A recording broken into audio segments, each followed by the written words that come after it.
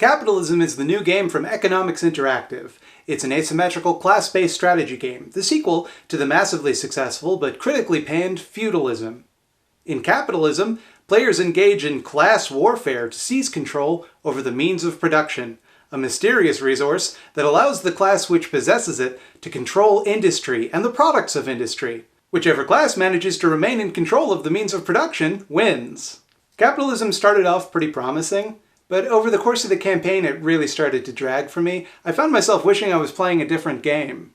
And while the game was certainly well polished, I liked some of the luxury goods and pop culture, I found myself completely taken out of the experience by excessive grinding. Most players in Capitalism can expect to spend the majority of their time in-game laboring for wages that you can exchange for various commodities that enhance gameplay. As you gain levels, the consumables you need, like housing and food, get more expensive, while the wages you earn remain pretty much the same. In later levels, this became a huge problem. I found myself losing over and over again, just trying to get the basics my character needed to survive. And worse yet, every time you lose a run, the game imposes a cooldown on wage earning on your next run called debt. After a certain point, I found it almost impossible to make any money at all. And I was playing on the easiest difficulty, White Man in the First World. There are two playable classes in Capitalism. The first and most powerful is the bourgeoisie, the moneyed class. Unfortunately, this class is locked behind a paywall, so new players won't be able to access it unless they pre-ordered Capitalism with generational wealth. The bourgeoisie starts the game in control of the means of production and must defend it from the other class, the proletariat. On a typical map, the bourgeoisie players are outnumbered 99-1 by proletariat players, but they have a few abilities that give them an edge in combat. Firstly, they can summon powerful units, like the police, the only units with the authority to wield the legitimate use of violence. The mass media, with the power to impose the confusion status effect on the proletariat. And, if they gather enough in-game currency, called capital, they can pilot entire nation-states. I spent my entire time with the game playing as the proletariat, the working class. They had a lot more abilities than the bourgeoisie had, and I was excited to try them out. They could produce commodities, they could operate and maintain machinery, and you could even specialize in support classes like service work, and that sounded like fun to me. But unfortunately, the game has some pretty severe balance issues. Firstly, the bourgeoisie's strike-breaker ability already completely neutralized the proletariat's most powerful attack, the general strike. If that weren't bad enough, shortly into the campaign, the bourgeoisie unlocks right-to-work legislation, which completely disrupts any strike-based attacks. The bourgeoisie's ability to control the police and military gave it an almost insurmountable edge in any combat scenario. I couldn't even get my units to organize, let alone fight. Frankly, this game is pay to win.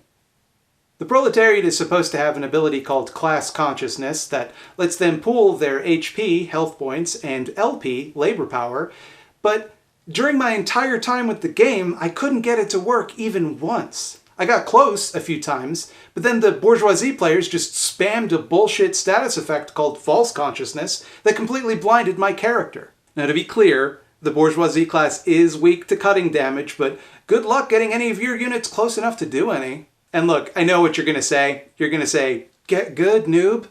Look, I'm sure there are plenty of exceptionally skilled capitalism players out there that can win as the proletariat, though I think a lot of them are playing with some pretty cheaty exploits. Nevertheless, I think it's pretty clear that the bourgeoisie is completely OP. I also experienced a lot of connection problems. Like, I'd find a server that I was qualified to play on, only to get bounced with an error message saying I needed 4 years of playtime to enter an entry-level server? I ended up playing on mostly like pubby intern servers where I didn't get to keep any of the loot I acquired. Overall, the game is incredibly buggy. Every couple of in-game years, there's a boom, there's a bust, there's a boom, there's a bust. There's no period of stability. You just have to hope that none of these busts wipe out your savings. Bourgeois players were less susceptible to this bug, but they had to deal with an overflow that made them have to expand infinitely to win. But that's nothing compared to one of the worst and most game-breaking bugs I have ever seen in a AAA title. If just a few players start dumping carbon dioxide into the atmosphere, they can glitch out the entire map and literally make the game completely unplayable. What's worse? It seems like the devs actually knew about that ahead of time. First, they claimed the bug just wasn't happening. Then, they admitted they knew it was happening all along, but it wasn't triggered by player action. And now, they admit that any player can trigger it at any time, but they say it's too late to patch it out. I mean, Jesus Christ. Is anyone playtesting this garbage? And the story of the game makes no sense. It goes to extreme lengths to justify its ridiculous conceits.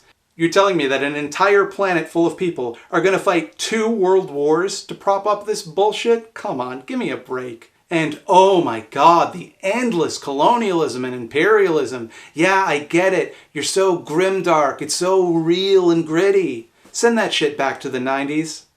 The 1890s. At least they do give you the option to skip all the cutscenes, so you don't have to know anything about the gruesome history of the game's world. In fact, the game goes to pretty ridiculous lengths to hide the gruesome realities of its world. And let's address the elephant in the room. This game has a toxic community. They don't tolerate any criticism of the game. They send death squads to eliminate anyone that doesn't want to play it, and they act like capitalism is the only game in the fucking world. Fans of capitalism will no doubt hand-wave away the game's obvious shortcomings by saying that the developers should just nerf the bourgeoisie a little, as though they'll ever do that when they're responsible for the majority of microtransactions. But even if they did, that doesn't change how repetitive, alienating, and joyless the core gameplay loop is. Bottom line, I have to give Capitalism the lowest score my editorial team allows me to give a game. 7 out of 10. Limited recommendation. Join me next week when I review one of the most requested games. Boogerman, a pick-and-flick adventure for the Sega Genesis. A game made by Interplay Interactive and... God damn it. Yellow. No, I'm recording it now. Capitalism. No, I'm reviewing it. The video game, Capitalism.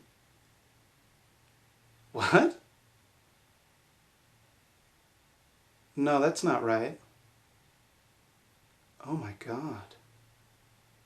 Okay, I love you too. Bye. That was my producer. He just told me capitalism isn't a video game. It's the economic system we're living under right now. Based on this shocking revelation, I'm forced to reevaluate my review score. I now give Capitalism a 4.5 out of 10. Revolution recommended. Hoo boy, just a short little video this week because I've been super busy and I did put out a video earlier this week, so hopefully that's fine. Hey, why don't you give me some money on Patreon already? All of these people did and they love doing it. If you gave me money before June 1st, specifically $10 or more, and if you joined my $10 tier before June 1st and you haven't yet sent me a reference photo or some sort of short description of the doodle you want, you have until next Wednesday to do that. Otherwise, you're going to have to wait an extra month. Please like and subscribe to me here on YouTube.com. Jingle jangle that little bell because this website is absurd.